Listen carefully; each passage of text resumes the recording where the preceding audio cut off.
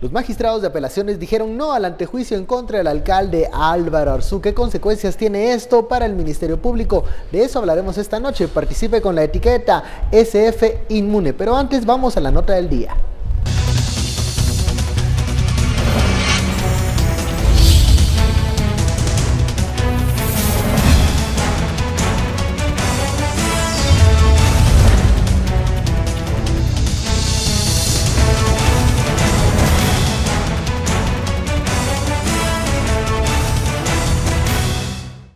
Por mayoría, resuelve que no es procedente al lugar a formación de causa. Por los hechos denunciados, en consecuencia, no podrá ser sometido a procedimiento penal ante los órganos jurisdiccionales competentes al alcalde del municipio de Guatemala, Álvaro Enrique Arzú Irigoyen. No hay indicios de delito, indicó la Sala Tercera de la Corte de Apelaciones con los votos de los magistrados Jaime González y Beila Estrada, esposa del secretario de Comunicación Social de la Presidencia, Alfredo Brito. Pese a que la recomendación de la jueza pesquisidora Judith Secaida no es vinculante, la Sala tomó en cuenta el informe para emitir su resolución. Se advierten que de los hechos denunciados se evidencian hechos espurios e ilegítimos que permiten suponer que los hechos denunciados no son suficientes y determinantes. Los magistrados no dieron valor a la declaración en anticipo de prueba de Alejandra Reyes, quien figura como testiga protegida en el caso Caja de Pandora. También se desestimó otras pruebas presentadas por la FESI. No le corresponde a la autoridad que resuelve el antejuicio, entonces esos aspectos van a ser abordados en el medio de impugnación que va a ser planteado en su momento. Bienvenidos a Sin Filtro, noche de viernes, terminamos la semana con la decisión del juzgado tercero de apelaciones que, bueno, decidió no retirarle la inmunidad al alcalde capitalino Álvaro Arzú. Por eso la etiqueta SF inmune a estos señalamientos del Ministerio Público y la CICIG. ¿Qué quiere decir esto? De eso hablaremos esta noche. Damos la bienvenida a nuestros analistas, Fernando Espina y Raúl Bolaños. Muy buenas noches. Hola, buenas noches. Comencemos nuevamente para hacer un contexto de lo que significa la figura del antejuicio. En unos casos avanzan, en otros no. ¿Qué sucedió con el tema del alcalde Arzú, Fernando? Bueno, la figura del antejuicio es una figura que tiene como objetivo proteger no a las personas. Eso debería de quedarnos claro, que la figura tiene como objetivo proteger a los cargos públicos. Entonces, una persona que ejerce un cargo público, un alcalde, un diputado o el presidente, se pretende que no sea perseguido por cualquier persona o entidad que quiera entorpecer simplemente su trabajo. Entonces, hay como tres niveles que debemos de entender en el antejuicio. Primero, el Ministerio Público debe presentar la información de que tiene indicios de que una persona, de que un funcionario pudo haber cometido un delito. Entonces, presenta esta información. Y el primer paso es que el juez que lo recibe no puede decir nada, sino que lo traslada a la Corte Suprema. Y ahí viene un primer análisis. Y en este primer análisis, la Corte de Constitucionalidad le dijo a la Corte Suprema que tiene que decir si el antejuicio no es espurio, si el antejuicio no es político o ilegal, ¿verdad? Es el primer filtro. En ese primer filtro que hace la Corte. Si la Corte considera que los indicios son suficientes, entonces, y que no es estas tres cosas, lo manda a quien debe conocer. Por un caso podría ser el Congreso de la República y en otro caso pueden ser magistrados como una sala de apelaciones que está conociendo el antejuicio del alcalde Arzú. Después de hacer eso, de haberlo enviado, que la Corte ya se pronunció diciendo que no es espurio, no es político ni ilegal, se lo manda en este caso a la Corte de Apelaciones. Y la Corte de Apelaciones lo que tiene que decir es si considera que existen elementos suficientes para decir continúe con la investigación. Previo a un informe del juez pesquisidor. Como la Corte tiene que nombrar a alguien que investigue, así como el Congreso nombró a una comisión pesquisidora y esta comisión emitió una comunicación, la Sala de Apelaciones nombró a una persona para que hiciera las preguntas. Pero es correcto decir que se investigue en ese nivel cuando solo no se entra al contenido de los Se recaban pruebas e informes para determinar si los indicios que el Ministerio Público dijo cuentan con fundamento o no, porque aún no se puede iniciar la investigación. Claro. La investigación de hecho, vendrá la persona está si protegida. declaran al lugar o no. Entonces, la sala, pues ya con toda esta información, lo que le correspondía decir es, mire, al lugar o no al lugar. Entonces ya llama la atención que la sala dijo, bueno, que era espurio, que era por motivos políticos, cuando eso ya había pasado. A ver, ¿qué pasó con lo que hoy determinó la sala, Raúl, en cuanto a esta resolución? Limitémonos a la resolución que hoy presenta la Corte de Apelaciones. ¿Cómo ves las decisiones de los jueces? Bueno, yo en principio creo que al caso, y creo que podemos coincidir con esto, que creo que le hace falta un poco de punch. Es decir, quizás no estaba tan firmemente identificado todos los medios de prueba que se presentaron, porque una de las cosas que señala la resolución es que los medios de prueba no tenían como la sostenibilidad adecuada como para ser validados y como para meritar que justamente se le quitara el antejuicio. Entonces lo que empezamos a ver es que los señalamientos en cuanto a que si habían, por ejemplo, plazas fantasmas, que está de más decir también que es un delito sumamente complicado de comprobar, porque aquí lo que vimos, o por lo menos lo que dicta la resolución, es que efectivamente la persona sí iba a trabajar, o por lo menos cobró, y que por lo tanto lo que tenían es que como no existe una ley de servicio civil como tal, sino que era un puesto de libre remoción, incluso el que tenía ella, pues efectivamente lo que se procedió es a terminar la relación laboral. Por lo tanto, digamos, se comprueba que sí asistían, que sí cobraron y que por lo tanto no existían los suficientes medios para decir que había una plaza fantasma.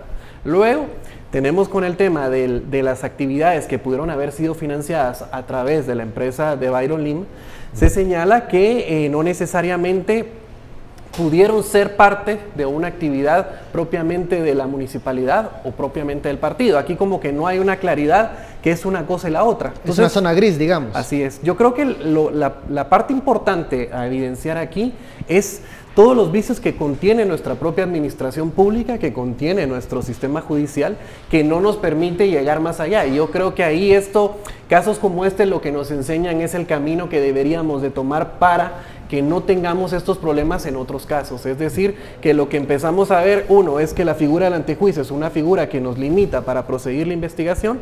Dos, que no hayan procesos como tales que se sigan dentro de la administración pública, o en este caso descentralizada, para la contratación de personas, permite justamente que se puedan existir o no casos de corrupción. ¿Qué pasa con el voto razonado que presenta la señora Sonia de la Paz Santizo, que va en contra de los otros dos jueces al momento de resolver esto, Fernando? Mira, antes de entrar a esa pregunta, solo quiero poner un ejemplo acerca de cuándo hemos visto que procede y no procede el antejuicio y de la fundamentación de pruebas o de documentos. Veamos un caso concreto como los de financiamiento electoral ilícito. En un caso de financiamiento electoral ilícito, ¿verdad?, como los que hemos estado escuchando últimamente, se sabe quién es la persona directamente responsable o representante legal del partido. Se demuestra que se recibió dinero que no fue registrado y se sabe quién es el responsable. Entonces, en ese caso, digamos, no hay mucho más que demostrar para decir, ¿sabe qué? Siga investigando. Pero en un caso como en el que estamos viendo, donde había una serie de acusaciones en contra del señor alcalde, y hay una jerarquía, hay una serie de procedimientos, normas y cuestiones que deben de cumplirse, y las jueces dicen, la resolución dice, en ningún momento se demostró directamente que el alcalde haya dado la orden o que el alcalde haya dicho, entonces, ¿no? Ahí, como hay un entramado administrativo con diferentes responsabilidades y representaciones, quien debe responder directamente, obviamente el alcalde es el representante legal de la municipalidad, pero resulta que pueden delegar ciertas funciones como la contratación de personal, como las compras. Entonces faltó, según parece, hilar más para demostrar que el vínculo entre el alcalde y las personas que habían hecho las compras o las negociaciones habían sido dirigidas por él. Pero la pregunta es si puede hilar más teniendo en cuenta la figura del antejuicio que no permite mayores, profundizar mayor Yo creo que no tenemos que malinterpretar la figura del antejuicio. ¿Por qué? Porque si no se pudieran hacer investigaciones, no se hubieran conseguido las escuchas telefónicas, no se hubieran conseguido los allanamientos y la información que se consiguió. Es decir, sí puede haber una investigación, sí pueden haber algunas cosas que se pueden recabar. Lo que no se puede es entrar directamente a perseguir penalmente a la persona. No podemos decir, el alcalde está acusado de esto, mientras no se levante la figura del antejuicio. Pero si no, ¿cómo recabamos las pruebas, estos documentos, estos indicios que se están presentando? Lo que se dice es, abiertamente, ahora cítelo, pregúntele, dígale de qué se le está acusando y recabe otras informaciones más profundas. Ahí es donde viene la duda acerca de la resolución, no es una sentencia, de la resolución dividida, que hay dos magistrados de la sala que dicen, nosotros dos creemos que no hay suficiente indicio, que recogen lo que dijo el juez pesquisidor, y hay una tercera jueza magistrada con libertad de criterio que dice, ¿saben qué? Yo sí creo que existen suficientes pruebas y eso habría que investigarlo, porque eso puede ser lo que le da fundamento al MPCC para que ahora vayan ante la Corte de Constitucionalidad y digan, miren, aquí esta persona considera, porque ya eso es una valoración que esta persona encargada de emitir una opinión hace.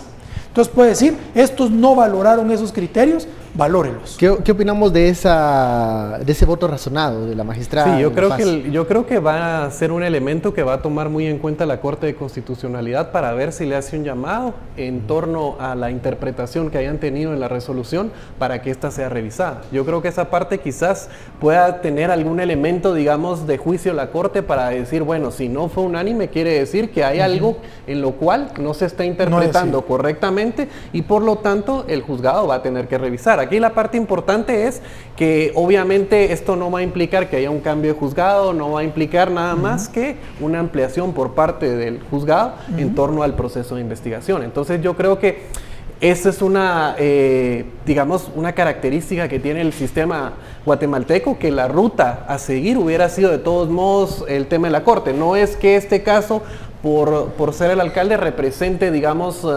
una cuestión que no sea reiterativo. Es decir, esto va a suceder y en cualquier caso ocurre. Es decir, van a la Corte otra vez ve que la resolución haya estado apegada, digamos, a la ley, resuelve y le traslada, digamos, al juzgado sus observaciones. El Ministerio Público no tiene otra opción. Así es. El Ministerio Público tiene la obligación, porque ellos no pueden decir, no se pueden dar por vencidos.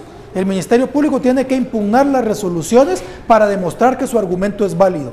Entonces, ellos tienen que seguir en el procedimiento ante la Corte de Constitucionalidad. Vamos al primer corte de la noche, la etiqueta SF Inmune. Seguimos hablando de esta resolución que favoreció este día al alcalde Álvaro Arzú. Volvemos.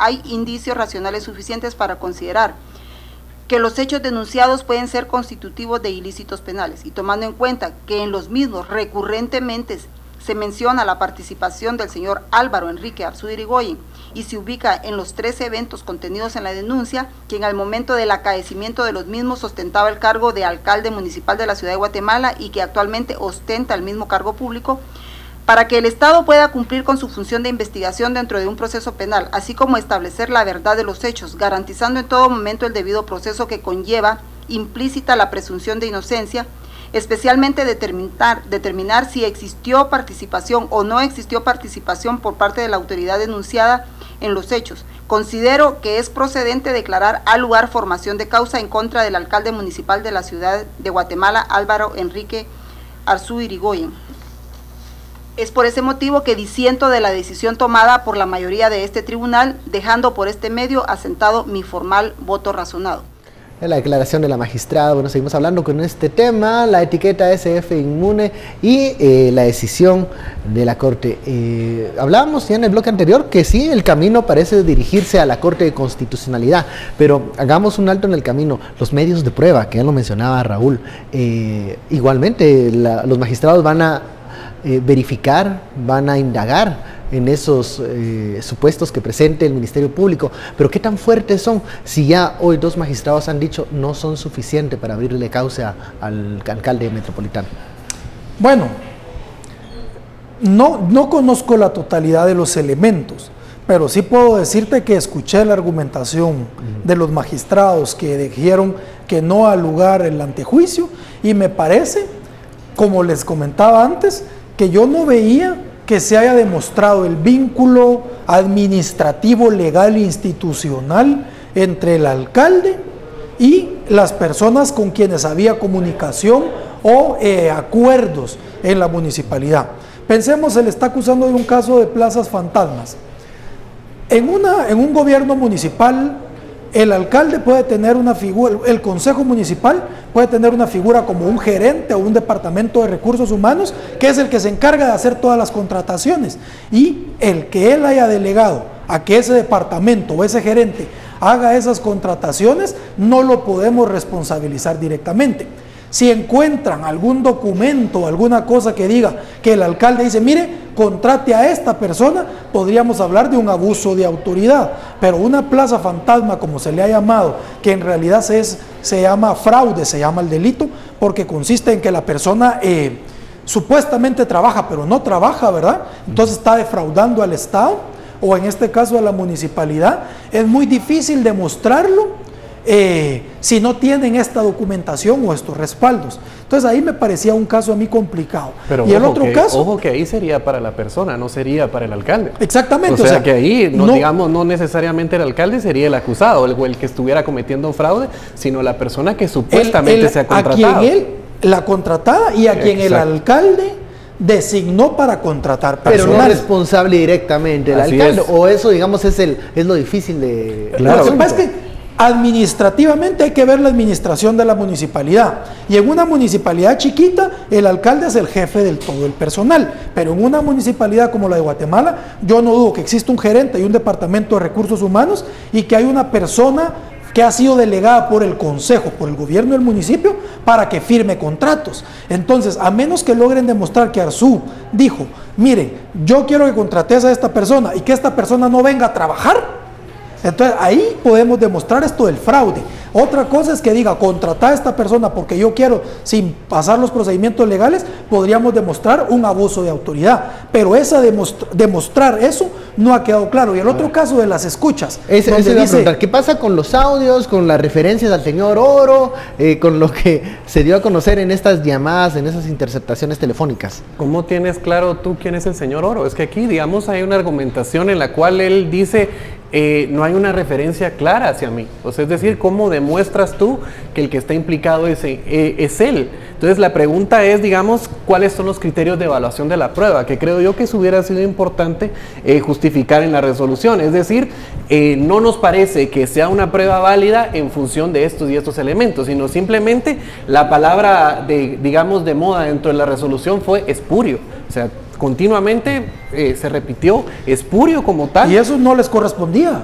Así es, pero porque entonces, eso ya lo había dicho la Corte, y la Corte dijo no es espurio, si no, no se los traslada. A ellos les correspondía justamente valorar lo que había y decir, sí procede, continúen. Así es. Se ponen a decir es espurio. Entonces eso llama un poco la atención. Interesante esta calificación. Se está dictaminando por sí mismo, es decir, evidentemente uno entiende que al no existir pruebas, obviamente queda cerrado el caso, y por lo tanto habrá que esperar qué es lo que dice la Corte, obviamente, para ver su continuidad. Pero lo que tú empiezas a ver es que ellos ya desde un inicio lo daban por cortado. Y si tú no ves, por ejemplo, la similitud de la defensa del alcalde con la resolución, son muy parecidos los elementos, digamos, en torno a cómo se resuelve, ¿no? Y el futuro de este caso en la Corte de Constitucionalidad, si ya la palabra que se repetía hoy en esta resolución es espurio, ¿qué tiene que determinar la Corte? Tendría que argumentar lo contrario, por ejemplo, para quitarle la inmunidad yo creo que esa aquí, valoración no es espuria. Fíjate que es bien complicada la situación porque no existe, en los términos legales, cuando uno no está de acuerdo con una resolución, uno hace una apelación. Entonces, ¿qué es decir? Que alguien más revise la resolución, ¿verdad? Entonces uno apela ante otro órgano, pero el antejuicio no tiene apelación. Entonces aquí lo que puede haber es un amparo. Y la figura del amparo tiene como objetivo defender garantías constitucionales que hayan sido violadas.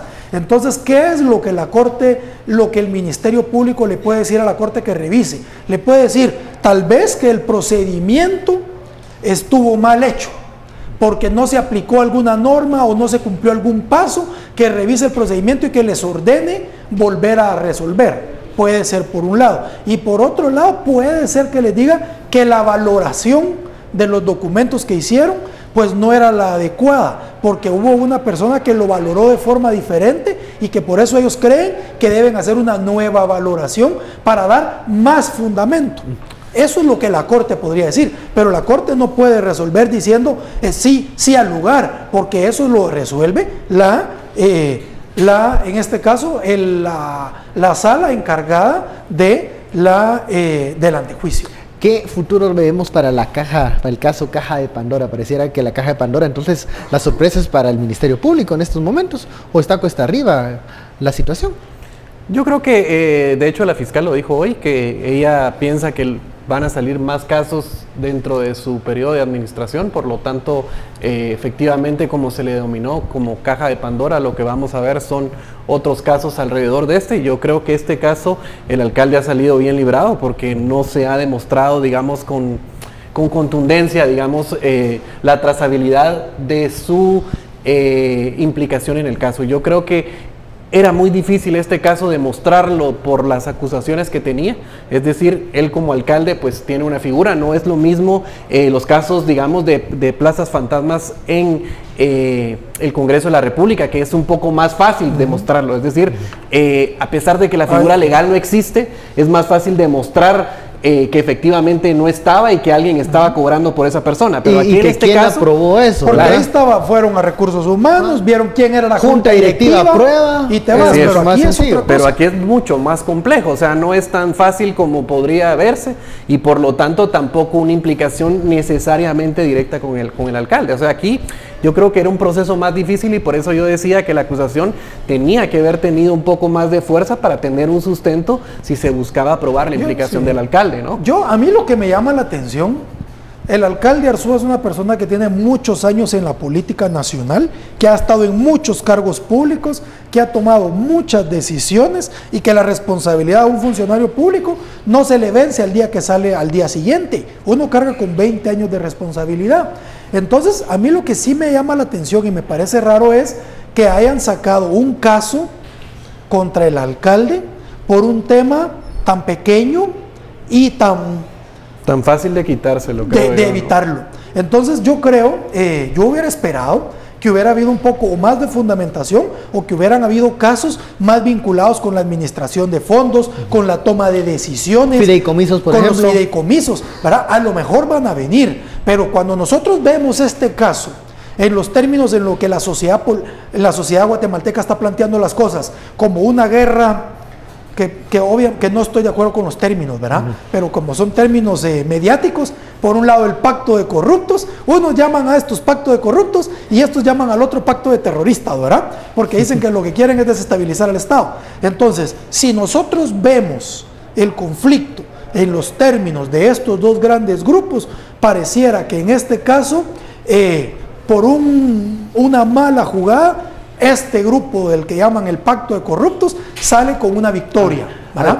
Eso yo creo que... A mí me llama la atención que, digamos, hemos ya valorado la resolución de los magistrados, se comprueba que era muy difícil la trazabilidad de las decisiones y de la orden del alcalde Arzú para este tipo de señalamientos, pero la reacción desproporcionada o el enojo que causó en su momento el señalamiento y la insinuación de que el alcalde Arzú participaba de estos actos cuando se presentó el caso llamado caso Caja de Pandora, a mí me hace clic al decir, ¿por qué lo enojó tanto? ¿Por qué lo encolerizó?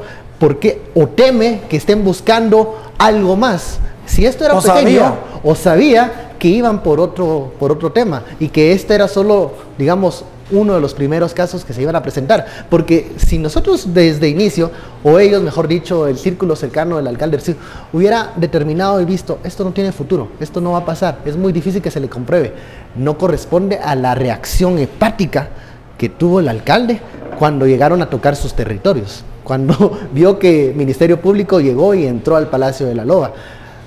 Tal vez estaba pensando que iban por algo más o que están investigando algo más. Vamos a la segunda pausa de la etiqueta SF Inmune. Volvemos para la valoración política, que esto es diferente al caso, digamos, al tema judicial. La valoración política y cómo queda el Ministerio Público luego de esta resolución. Volvemos.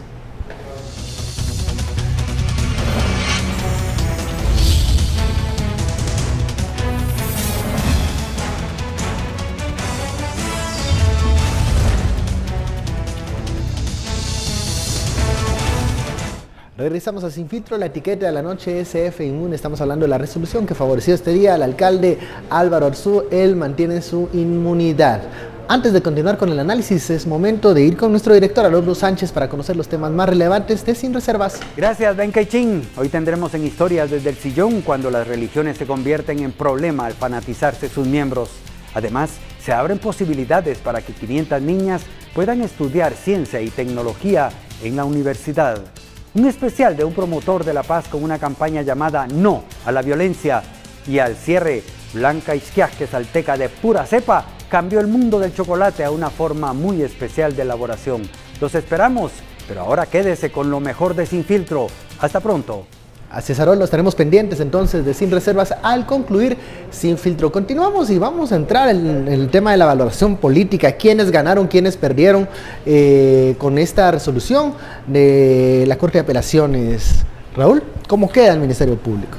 Bueno, lo primero es que evidentemente en el ambiente hay un síntoma de debilidad a la hora de la presentación del caso. Yo creo que a mí quizás no me preocupa tanto este caso como me puede preocupar el resto. Me parece que las siguientes, si los argumentos que han tomado los jueces el día de hoy con los siguientes casos que vienen sientan un precedente, sí puede ser preocupante en términos judiciales, es decir, qué tanto va a funcionar esta jerga utilizada por los propios jueces para realizar estos procesos en torno básicamente a la presentación de pruebas. Yo creo que en términos políticos lo que sí podemos ver es que quizás no continúen con la discusión del tema de modificar la ley de antejuicio, que yo creo que ya iban decididos. Creo que si el día de hoy se le hubiera quitado el antejuicio, seguramente una de las cosas que hubiera hecho el Congreso hubiera sido modificar el tema de antejuicio, más que todo para favorecerse a los propios diputados en términos de que la Corte Suprema de Justicia no los conozca en primera instancia, sino sean ellos, y que por lo tanto sean ellos quienes decidan y valoren, digamos, si el caso va o no va, que obviamente es juzgarse a sí mismo, ¿no? Como que este principio de independencia de poderes lo estaban obviando, pero ya sabemos que el Congreso es capaz de cualquier cosa, y creo yo que en términos políticos también creo yo que se va a arreciar un poco también la discusión en que hasta qué punto está politizado todo el tema judicial y toda la persecución o toda la lucha contra la corrupción, y también claramente la opinión pública, o por lo menos la gente, va a ver como un ganador a Álvaro Arzú, ¿no? Claro, como con aquella aura de intocable en estos momentos. Decías los términos que se utilizan en la resolución se pudiesen replicar en otros casos, es decir, algunos favorecidos pudiesen ser. Yo pienso en el caso de Alejos, por ejemplo, es decir, si aquí hablábamos del señor Oro y allá estamos hablando de Filipao, ¿cómo se va a establecer la vinculación entre ambas personas? Es decir, va a suceder lo mismo, porque como no hay una clara referencia, no va a ser tomado como un medio de prueba, por ejemplo. Entonces ahí vamos a ver cómo sucede, por ejemplo, en este caso. Yo creo que este caso desnuda muchas partes importantes de nuestro sistema de justicia y de nuestro sistema político. Vamos a escuchar a muchas personas cuestionando la resolución de la sala, porque pues ya hemos empezado a ver en redes sociales que dicen que una de las magistradas es familiar de alguien, que el otro magistrado está vinculado con tal, y que la otra sí es valiente porque estuvo en contra, porque nuestra sociedad está muy confrontada en el sentido, o muy necesitada de resoluciones y de acciones. Entonces yo creo que esto es un golpe a la moral de mucha población que estaba a la espera de ver al señor Arzú en un juicio, ¿verdad? ¿Pero es responsabilidad del Ministerio Público la forma como presentó este caso, creen ustedes? Mira, es que sería irresponsable de mi parte emitir una opinión y decir los elementos eran suficientes, porque yo no estudié ni el informe ni todas las pruebas, pero pareciera que lo que se presentó no era suficiente. Entonces, si lo que se presentó no es suficiente, es responsabilidad del Ministerio Público, ¿verdad? Entonces te digo, el Ministerio Público parece que debió haberme planteado mejor el caso, y tal vez no solo debió haber planteado mejor el caso, sino que sabemos que hay muchos aspectos que debieron haber sido investigados y planteados. A lo mejor es uno de los casos que la fiscal anunció que venían antes de que se fuera. Puede ser que vengan algunos casos más en contra del alcalde Arzú, pero sí vamos a ver a mucha población desencantada y que va a decir, esta resolución de la justicia es una resolución corrupta, y no es que yo esté diciendo que no lo sea, a lo mejor no, pero quedan muchas dudas al escuchar los fundamentos de ellos, al ver lo que planteó el MPCC. Entonces este caso baja mucho los ánimos a las personas que están esperando muchas en la justicia, por un lado, pero por otro lado envalentona al otro sector que dice, esto es una derrota para el MPCC, y a ver, y podemos avanzar, podemos resolver otros casos en un sentido parecido. Entonces yo creo que este caso va a ser un parteaguas, y puede hacer que también implique un bajo de perfil del alcalde de aquí en adelante, al decir, se acabó mi caso, entonces los demás que se mantengan. Doy una tregua, puede ser. Pero aquí es una de cal y una de arena. Hace un día vimos cómo le despojan la inmunidad a Orlando Blanco en el tema de financiamiento electoral ilícito, incluso cuando el juez pesquisidor de ese caso había recomendado que no se le retirase la inmunidad.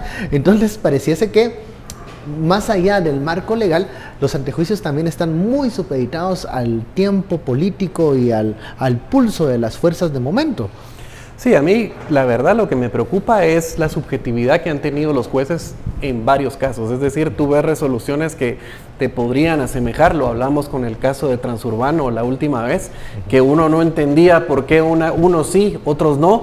Aquí lo que tú dices con la figura de Orlando Blanco sí, con otros no. Entonces la pregunta es, no necesariamente estamos en un escenario político, sino plantearnos un escenario de reforma en punto de decir, la figura de antejuicio ya vemos que no nos está funcionando, se está utilizando para otras cosas, el tema de la inexistencia de una ley de servicio civil está limitando que puedan haber o no plazas fantasmas, o puedan existir contrataciones de incumplimiento de deberes, tal y como lo tipifica el Código Penal, o también el hecho de que en la reforma a la ley electoral no tengamos, por ejemplo, o se ha quitado el tema de reelección de alcalde. No puedes tener, digamos, una persona reeligiéndose constantemente. Arzú no es necesariamente la excepción, sino quizás es la regla. Hemos visto en muchas municipalidades esa repetición, digamos, de alcaldes, y por lo tanto es tiempo de discutir este tipo de cosas. Yo creo que la sociedad debe de empezar a visualizar qué cosas queremos que caminen mejor para que estos casos no se nos quede el sabor amargo, ya sea de un lado o del otro, en términos de justicia. Pero cuando hablamos de estas figuras, estas herramientas que hay que modificar, concretamente la discusión recae en algunas personas que en este momento no gozan de la legitimidad del momento. Hablamos del Congreso de la República, ya lo mencionabas, hace 2 días intentaron modificar una cuestión del antejuicio que daba muchas dudas, y son ellos quienes tienen que ver cómo mejorar este tipo de herramientas, y vamos a caer nuevamente al dilema aquel de qué va a ser primero, ¿verdad? Si el huevo o la gallina en este caso, porque no encontramos instituciones que tengan la calidad y la legitimidad para modificar estas herramientas que hoy por hoy hacen que estos procesos no caminen de una forma eficaz. ¿Quién va a retomar la discusión? ¿A quién le corresponde? Por ejemplo, en el tema de antejuicio, tema de ley de servicio civil, en el tema de la comisiones de postulación, ¿verdad? Comisiones de postulación, ya vimos que no nos está rindiendo frutos, porque uno podría decir, todos los jueces y magistrados que tenemos en la actualidad no fueron electos bajo barómetros que permitan justamente calificar su idoneidad, sino que lo que tenemos es una intervención, y ya lo vimos con todo el tema del rey del tenis, que hay una interferencia. Entonces, digamos, este tipo de cosas son importantes, y yo creo que hay que rescatar mucho lo que decía Iván Velázquez en el evento que se suscitó esta semana, donde decía: no es problema de la CICIG o del MP, es un problema de cómo han estructurado ustedes, los guatemaltecos, el sistema judicial. Entonces, por lo tanto, deben de empezarse a discutir todo el tema de prisión preventiva, es decir, cómo debe existir y cómo debe darse. Y obviamente los mecanismos de elección, los mecanismos de nombramiento, y por lo tanto, esa yo creo que es la discusión que realmente nos debería de propiciar todo este tipo de eventos, y no el enfrentamiento ideológico si la justicia está parcializada. ¿Cómo lo veo yo? No puede ser que una institución que no sea el Congreso lidere o haga la reforma a la ley de antejuicio, ¿verdad? Solamente ellos lo pueden hacer. De 2015 para acá, las cosas en el país dieron un giro. ¿Por qué dieron un giro? Porque antes la mayoría de guatemaltecos veían la política y la justicia como algo que no les correspondía, no les interesaba y no les tocaba. Entonces el Congreso podía aprobar a su sabor y antojo leyes que perjudicaran a la población en general, que ne beneficiaran a algunos en particular. De 2015 para acá, que se ha hecho más pública la lucha contra la corrupción, y que se sabe que las propuestas vienen del sector MPCC o que vienen del otro sector, vemos que hay un interés más fuerte en lo que ahora los políticos y los jueces hacen. Eso es positivo desde donde lo veamos. Entonces, el Congreso no quiere, algunos políticos no quieren dejar por un lado esa oportunidad o facultad que tienen de seguirse beneficiando con las leyes. Cuando nosotros vemos la propuesta que planteó el diputado Linares Beltranena, y no digamos intentaron reformar, ¿qué es lo que pasa? Tengamos claro, el dictamen favorable de esa comisión ya fue emitido, es decir, esa ley la van a seguir discutiendo. Solo están buscando el momento. Están a la espera, pero no es que ya se acabó. No. Eso va a volver a ser precedentado, y la única forma que eso se puede detener es que la población presione al Congreso para que no lo apruebe, porque el soberano ahí es el Congreso. El Congreso puede decir, ¿saben qué? Llegamos a los 80 y tantos votos y lo aprobamos. Pero ¿qué es lo que pasa? Que es una reforma coyuntural, y es una reforma que estamos viendo que tiene un interés político. Y el interés político es que la Corte ya no se pronuncie en antejuicios que ellos están interesados en conocer. Y lo han dicho abiertamente: queremos que nos vengan los antejuicios contra la fiscal, queremos que nos vengan los antejuicios contra algunos magistrados de la CC. Entonces quieren quitar esa parte para beneficiarse. Ahí es donde nosotros decimos, esa reforma no debe ser, pero todos coincidimos que hay que hacer ya una reforma profunda a la ley de antejuicio, porque tiene grandes vacíos. Por ejemplo, la figura es para proteger al cargo. Tenemos el caso del alcalde de Patulul. El señor, en el ejercicio de su cargo, hizo lo que vemos que está haciendo en el video. No, debería él gozar de antejuicio por un acto personal no vinculado con su cargo. Por eso, ahí según yo, no. El debate es hasta dónde abarca el antejuicio y qué puede estar la figura. Pero ¿qué es lo que pasa? Que el antejuicio quedó a nivel constitucional, y la Constitución dice corresponde al Congreso determinar si hay formación o causa o no. Eso quiere decir determinar si hay o no hay delito. No dice delito vinculado con su cargo, sino que todos los delitos. Entonces, no podemos dejar de pensar que con una reforma a la ley de antejuicio vamos a cambiar cosas que están en la Constitución. Si no, como decía Roberto, tenemos el tema de la... Si no, recordemos también el caso del general Melgar Padilla, pues, que hasta dónde llevó el tema del antejuicio, a un nivel nuevo de discusión. Pero también veamos lo de las comisiones de postulación, que también son constitucionales. Es decir, como país hay muchos temas que debemos discutir, pero obviamente no confiamos que el Congreso los apruebe o que ellos lo lideren. Y aquí es donde vienen los pesos y contrapesos. El Congreso aprueba leyes, pero la población puede hacer lo que se hizo en la época de los decretazos: los encerraron y los obligaron a echar para atrás. Entonces, sí puede haber consensos en qué tipo de normas deberían de aprobarse, pero para eso sí necesitamos diálogos, consensos, y no decir, porque viene de este lado no lo apruebo, porque viene de aquel lado es malo. Sí. Bueno, vamos al corte. Al regresar vamos a hacer una revisión de las noticias más importantes de la semana, o mejor dicho, las que tuvieron mayor repercusión. Volvemos luego del corte.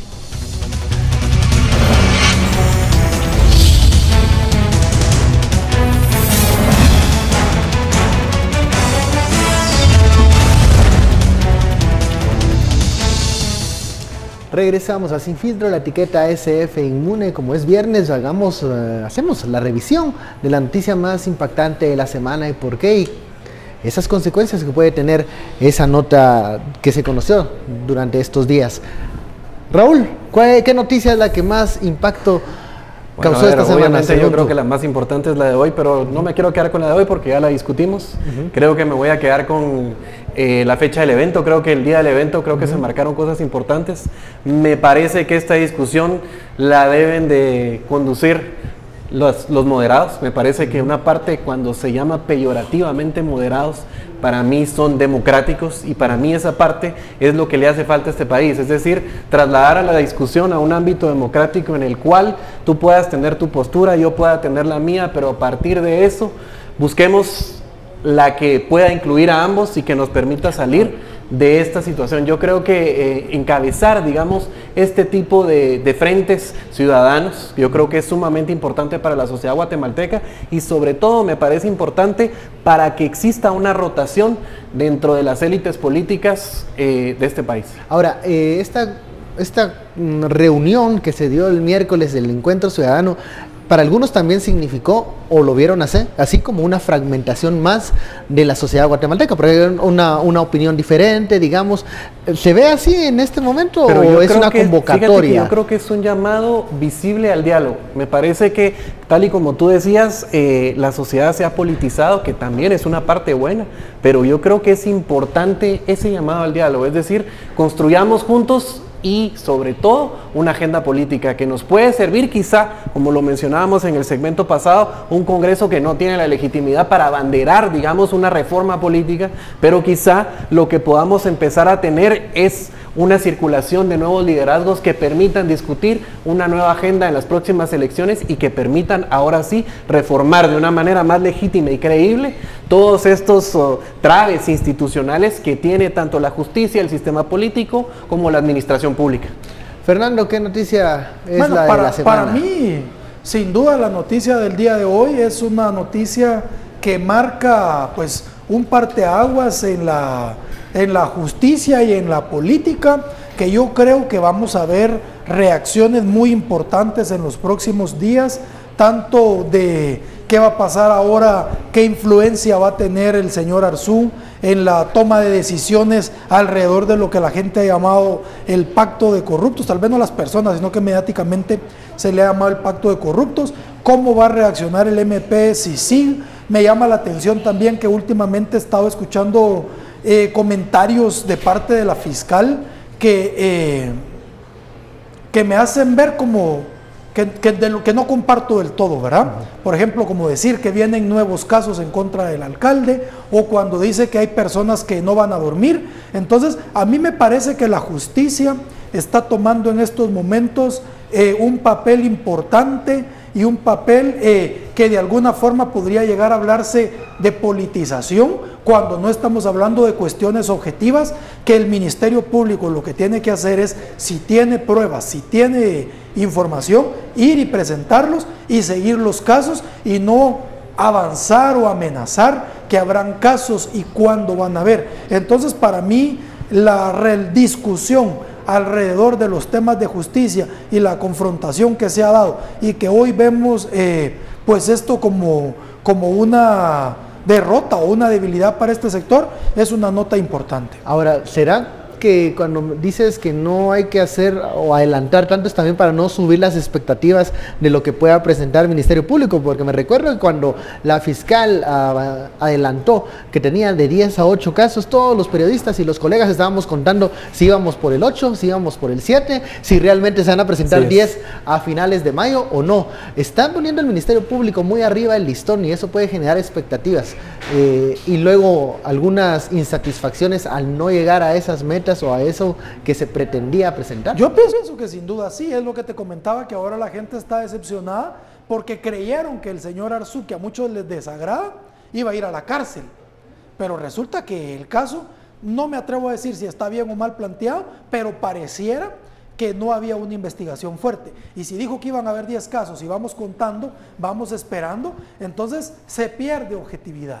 Es decir, el Ministerio Público cuando tiene un caso debe presentarlo y no decir, hoy es jueves, a ver si la gente va a dormir. Ese tipo de conceptos a mí me parece que hacen perder un poco la objetividad acerca del trabajo que el Ministerio Público viene desempeñando.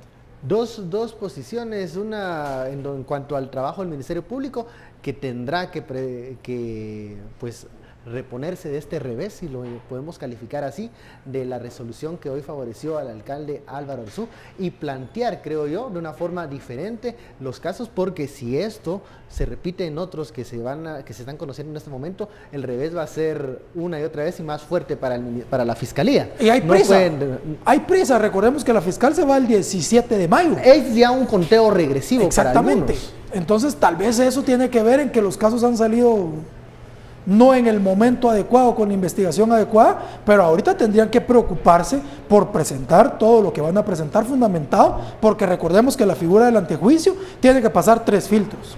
Y bueno, y hay más en camino, entonces hay que ver qué va a suceder con ellos. En el tema del encuentro, quería hacer una acotación. Se habló mucho de guardar espadas, de llamados a diálogo, lo mencionaba Raúl. ¿Va a tener eco ese llamado a guardar las espadas y a sentarse a dialogar?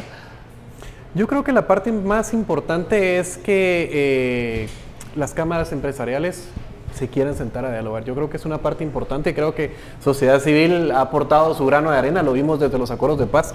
Yo creo que las élites económicas tienen un momento que es vital para incidir en el país también que ellos quieren. Yo creo que la discusión debemos de dejar de pensar que es una discusión ideológica. Esta es una discusión justamente política de un Estado de Derecho, es una discusión sobre las reglas claras que necesitamos para poder convivir, tanto los unos como los otros. Yo creo que ese es el marco de acción, el que tenemos que reconstruir para tener un contrato social sumamente válido, en el cual todos nos sintamos incluidos y que sobre todo sea representativo y legítimo. No podemos estar pensando continuamente en que un presidente debe terminar su mandato, no podemos estar pensando continuamente que el Congreso hay que depurarlo, no podemos pensar que los mecanismos de elección de jueces no están siendo los idóneos, sino que está interfiriendo el crimen organizado. Necesitamos mayor objetividad, mayor neutralidad, mayores procesos que nos puedan indicar a nosotros que se está actuando con transparencia, ¿no?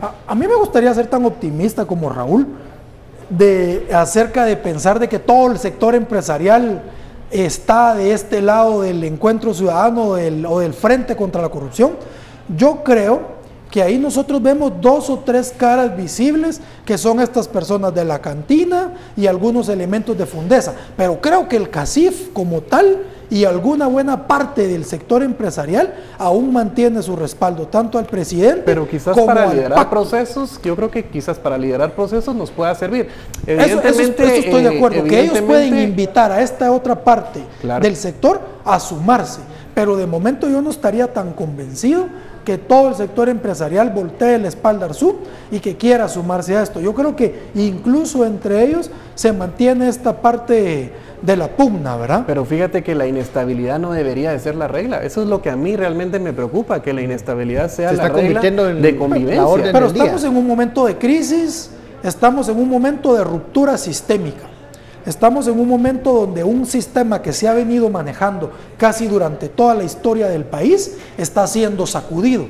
Entonces hay algunos que han sido pues o más democráticos o más astutos o más hábiles y lo han sabido leer y dicen me voy de este lado a liderar el nuevo proyecto, y hay otros que no quieren soltar lo que tradicionalmente han tenido. Entonces no podemos no estar en crisis cuando se está rompiendo una historia de tantos años de país, que en un momento todos están de acuerdo porque estaban sacando a los políticos corruptos, pero cuando empezaron a seguir, aparte del sector empresarial, como que esto cambió y ¿qué esperábamos? Es decir, Si en 2015 muchos dijimos que no hayan elecciones porque los que están en el Congreso o los candidatos son los que van a tomar decisiones, si los candidatos van a llegar a presidirnos, sabíamos que esto, muchos que lo veíamos venir, sabíamos que esto íbamos a vivir y por eso dijimos que no hayan elecciones. No se pudo. Has dicho, el mismo sistema se está tambaleando y está en movimientos telúricos. Eso es lo que parece. Pero no hay un esfuerzo de construir nada nuevo.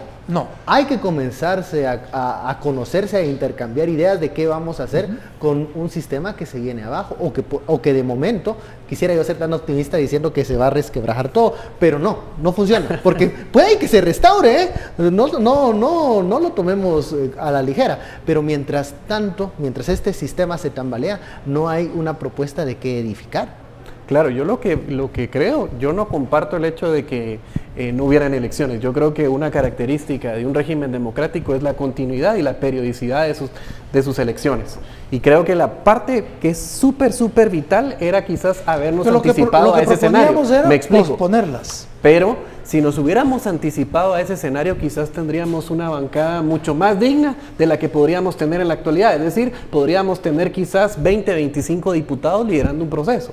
Y no hubiéramos tenido quizás 106, 7 diputados liderando un pacto de corruptos. Yo lo que trato de decir con esto, y creo que me parece sumamente importante que tú lo digas, es la construcción de una agenda. Es decir, tenemos la obligatoriedad de trazar el rumbo y de decir, no podemos vivir continuamente en esta persecución legal, ni tampoco puede ser la sociedad guatemalteca estar esperando con los poporopos en mano a quién se van a meter preso. Claro, ¿me entiendes? Claro. Sino que simplemente... La coyuntura es el nuevo cine. Así es. La novela. Es la nueva farándula. Lo que tenemos que ver es cómo le dotamos de estabilidad con nuevas reglas del juego, que pueden ser reformas políticas, quizá trascendentales como una reforma a la Constitución o quizá de menor rango con reformas a leyes específicas que nos permitan trazar acuerdos y por lo menos garantizar estabilidad. Yo en ese sentido sí veo importante tanto el Frente contra la Corrupción como el encuentro de los amigos de Dionisio,